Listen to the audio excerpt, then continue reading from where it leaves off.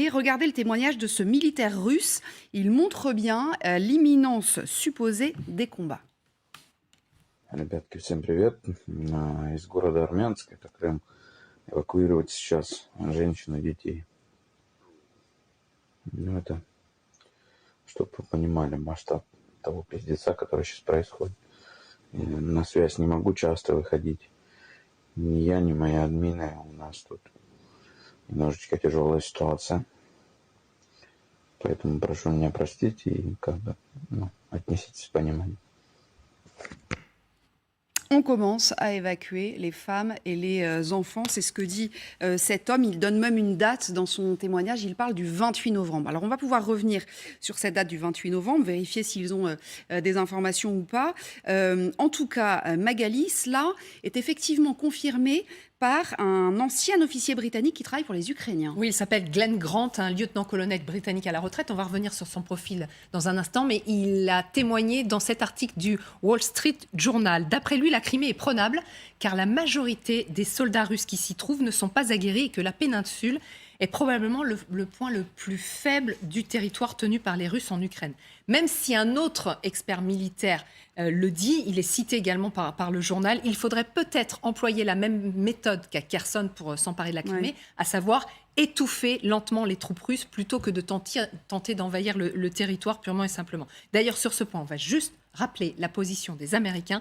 Kiev ne doit pas utiliser d'armes fournies par l'Occident pour attaquer ce territoire qui est considéré comme russe. Alors, qui est donc ce lieutenant-colonel à la retraite qui dit que la Crimée est prenable ? Alors, Glenn Grant a servi 37 ans dans l'armée britannique. Il a servi en Irlande du Nord, en Bosnie. Il a été chef d'état-major d'artillerie au quartier général de l'armée britannique pendant la première guerre du Golfe. Il a travaillé pour le ministère britannique de la Défense, pour l'OTAN, et donc il a été sollicité par l'Ukraine. Il conseille le ministère ukrainien de la Défense depuis 2014. Il est régulièrement en Ukraine.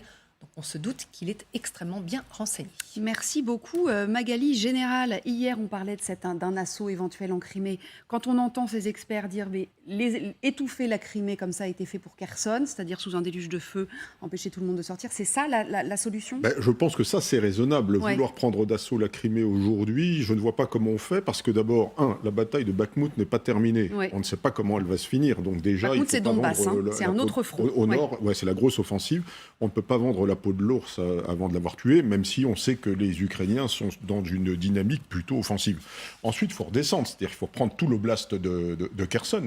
Et Mélitopol, on le sait, se trouve sur la route. On va en parler de Mélitopol. Et ensuite, vous avez un isthme qui est très étroit. Imaginez, par exemple, dans un château où les soldats sont obligés de s'engager un par un dans un couloir. Vous voyez un petit peu la vulnérabilité que ça représente. Donc, c'est très compliqué.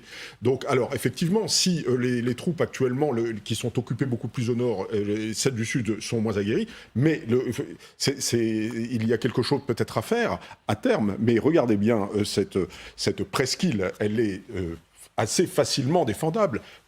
L'isthme, quelques dizaines de kilomètres à peine en largeur, qu'on peut très très facilement défendre. L'Ukraine n'a pas de marine, donc très difficile de débarquer ailleurs. Et puis la supériorité de la marine appartient encore aux Russes. Et donc je pense qu'effectivement, couper le pont de Kerch et étrangler tranquillement, comme on l'a fait à Kherson, c'est la solution vraisemblablement la plus raisonnable pour le moment, parce que je pense que prendre la Crimée sera quand même très très dévoreur de troupes. Les troupes en offensive, rappelons-le, ça consomme des troupes, ça consomme du matériel. Donc il faut être prêt à perdre des hommes, et ça, effectivement, c'est un problème. Ne pas imaginer, effectivement, de l'envahir. Alors vous allez me dire, notamment vous, Christian Megréli, ce que vous en pensez dans une seconde. Je voudrais d'abord qu'on aille faire un tour en Crimée, parce que vous savez qu'on a une équipe là-bas, en l'occurrence celle de Jérôme Garraud. Vous allez voir que la crainte des Russes est bien réelle, Jérôme. Plusieurs choses nous ont frappé en Crimée. D'abord, sur le chemin, en passant par l'oblast de Kherson, plus au nord, on a vu ces fameux travaux de fortification avec les engins de chantier en train de creuser les tranchées, les camions qui apportent les dents de dragon, ces blocs de béton défensifs. Donc tout cela est bien réel. Et puis ensuite, une fois en Crimée, sur la route, on a constaté qu'il y avait des barrages, des contrôles de police entre les villes. Donc on sent quand même que la péninsule est surveillée un peu plus étroitement. Et puis enfin, ce qui est assez frappant, c'est de voir la frénésie de construction. Et là, je parle de bâtiments civils. Les routes sont en train d'être refaites. Vous allez à Sébastopol, il y a un chantier titanesque, pharaonique pour élever un opéra. Tout cela est financé par Moscou. Les chantiers ne sont pas du tout interrompus en dépit du contexte. C'est un peu une manière pour Moscou de montrer et de dire « Regardez, la Crimée est à la Russie pour toujours ». Alors c'est vrai que le Kremlin disait la même chose de Kherson il y a quelques mois, mais là c'est quand même assez différent. La Crimée est un territoire qui a été annexé il y a 8 ans, c'est un peu la grande victoire, la grande fierté de Vladimir Poutine. Il ne peut pas se permettre de laisser cet endroit être attaqué par l'armée ukrainienne. Jérôme Garraud avec Michael Merle, d'autant Christian Maigrelis qu'en Crimée, il y a beaucoup de Russes qui s'y sont installés. Je veux dire, ça a été russifié depuis 8 ans où effectivement il y a eu on a des populations entières de Russes qui sont venus s'installer. D'ailleurs, pas forcément à plein temps, mais enfin voilà. Mais en fait, l'histoire de la Crimée est très particulière. Ça n'a rien à voir avec l'histoire de l'Ukraine. La Crimée est un territoire qui a été longtemps revendiqué par l'Empire ottoman, qui appartenait à l'Empire ottoman et qui était turc, et qui a été pris de force à l'époque du XVIIIe siècle par la Grande Catherine. Elle a été russifiée. Les Tatars, qui étaient les habitants, qui étaient turcophones, ont été chassés à plusieurs reprises, puis sont revenus, puis sont repartis. Aujourd'hui, il y a à peu près 18% de Tatars qui vivent encore en Crimée, qui ont fait l'aller-retour Kazakhstan une fois ou deux selon les générations. Et il y a beaucoup de Russes qui vivent en Crimée, qui avant la conquête vivaient déjà. Et il y avait relativement peu d'Ukrainiens. Moi, mon premier souvenir de Crimée date de 91. J'avais été invité là par le président ukrainien Kouchma. Et j'avais été surpris de rencontrer beaucoup de gens qui parlaient à peine russe. Ah oui. C'était les Tatars qui parlaient le turc entre eux. Et qui ne montraient pas un amour délirant, ni pour l'Ukraine, ni pour la Russie. En fait, il faut se souvenir que c'était la capitale, la Crimée était la capitale d'un grand khanat turcophone qui s'appelait le khanat de Crimée, qui allait jusqu'à la Volga. C'était un immense territoire. Et les Tatars ont toujours ça en tête. Alors, prendre la Crimée, moi, ça me paraît un rêve irréalisable. Oui. Pour toutes ces raisons, à la fois historiques, stratégiques, et il ne faut pas oublier que quand l'Union soviétique a donné la Crimée à l'Ukraine, à l'époque de Khrouchtchev, parce que jusqu'à Khrouchtchev, c'était russe, ça faisait partie de la République de Russie, et c'est Khrouchtchev qui a signé la donation de la Crimée à l'Ukraine pour une raison très simple, c'est qu'il voulait être secrétaire général du PCUS et que pour avoir les voix ukrainiennes, il fallait qu'il fasse beaucoup de choses parce qu'il avait été le bourreau de l'Ukraine à l'époque où il était commissaire politique auprès de l'armée, à l'époque de l'invasion hitlérienne.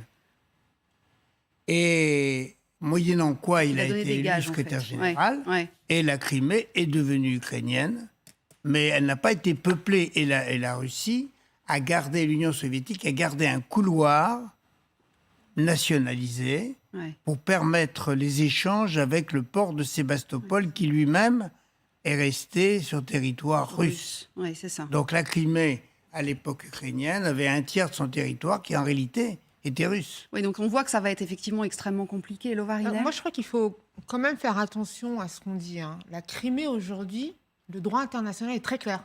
C'est ukrainien. Oui, ça c'est sûr. Non, mais c'est important parce que le téléspectateur, il ne faut pas qu'il croie qu'en expliquant l'histoire, on justifierait la souveraineté ukrainienne, enfin la souveraineté de la Crimée à la Russie. Je ne suis pas là pour contester les faits. Je dis qu'on est dans une réflexion de guerre où il y a un pays qui vient envahir un autre pays en disant que ça, c'est à moi et la Crimée m'appartient. On a l'autre pays envahi qui dit, attendez, ces territoires que vous avez annexés en septembre dernier, c'est à nous, et la Crimée nous appartient. Donc je crois qu'il faut remettre... Le juge de paix, c'est le droit. Après, il y a des histoires, on a plein... L'Europe est faite, en fait, de guerres, de territoires. Enfin, je veux dire, c'est pas propre à la Russie, c'est pas propre à l'Ukraine. Il faut juste faire attention sur que symbolise la Crimée aujourd'hui, et ça, c'est important. Si demain, moi je suis plus d'accord avec vous par contre sur le fait que militairement, ça me paraît compliqué aujourd'hui pour la Crimée. Mais si demain, la Russie perdait la Crimée, c'est une humiliation pour Poutine. Et là, on aurait une réflexion peut-être plus difficile. Et je crois qu'on pourrait même parler de la question de l'enclenchement de l'arme nucléaire. Parce que là, effectivement, on est sur un sujet beaucoup plus dur. Bien sûr. Il faut faire la dissociation entre l'importance politique, culturelle que posent les Russes sur la Crimée et la réalité du droit international qui est très claire. Et qui ne se discute pas. Et qui ne se discute pas. La Crimée appartient à l'Ukraine. Mais après, le sujet, c'est celui-ci. Mais après, sur le terrain, c'est vrai qu'il faut faire aussi attention à ne pas faire forcément une analogie avec ce qui s'est passé à Kherson. On disait tout à l'heure étouffé. On a quand même, Lydia Guirous, à Kherson, c'est une ville qui a été prise en mars, hein, donc c'était très récent. On en a énormément parlé. Il y a une résistance extrêmement importante, etc. Les Ukrainiens ne trouveront pas forcément la même chose du côté de la Crimée. Je ne veux pas dire que tous les habitants de Crimée sont pro-russes, on n'en sait rien. Mais la résistance ne doit pas être aussi virulente. Il semble effectivement, compte tenu de la population, qu'il n'y aura pas la même résistance, il n'y aura pas les mêmes soutiens en Crimée, compte tenu de la population présente, compte tenu de l'histoire. Ils n'auront pas le même terreau qui permettra d'avoir une conquête. Et comme vous le disiez tout à l'heure, ça semble assez irréaliste, en fait, qu'ils puissent reconquérir la Crimée. Et alors, est-ce que c'est souhaitable ? On peut aussi se poser la question, parce qu'effectivement, pour Vladimir Poutine, l'annexion de la Crimée a été quelque chose d'extrêmement important. Ça a été une fierté dans sa réalisation de la Grande Russie. Voir la Crimée échapper à la Russie, ça serait une humiliation très forte. Et quelle réaction il y aura en face ? Qu'est-ce qu'il peut enclencher ensuite ? On sait que les réactions... oui, mais ça, on ne peut pas céder à ce chantage-là. Quand même, on ne peut pas céder à ce chantage-là. Mais on peut quand même le prendre en compte. Alors moi, je décide demain que le Benelux nous appartient et puis j'envahis le Benelux. On commence à tenter de discuter de négociations, de paix, d'aller autour de la table. Il va falloir quand même... je pense que ça va être très, très difficile de pouvoir... avec une reconquête de la Crimée et une telle humiliation, revenir non, mais ça, que ce soit simple, c'est évident que ça ne le sera pas. Mais voilà. Juste, je vous donne la parole. Juste, je voudrais montrer une carte qu'on vous a fabriquée en préparant cette émission. C'est une carte, en fait, de toute la province qui est donc au-dessus de la Crimée pour dire où on sait qu'il y a des militaires ukrainiens. Donc, on a des militaires qui ont traversé le Dniepr, on le sait déjà, hein, et on reviendra plus longuement sur Mélitopol tout à l'heure. Mais...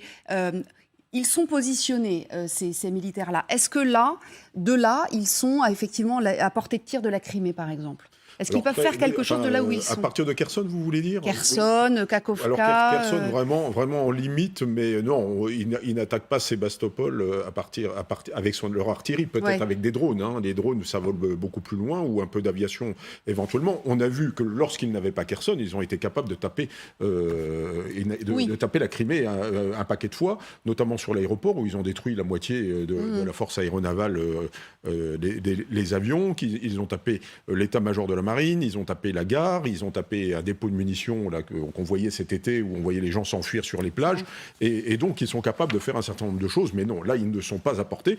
Et n'oubliez pas également là qu'il y a le Dniepr. Le Dniepr, c'est 1 km, 1 km et demi, c'est très compliqué à traverser si offensive il y a, elle ne viendra pas de là. Il y a un acteur quand même qu'il ne faut pas oublier, c'est les États-Unis.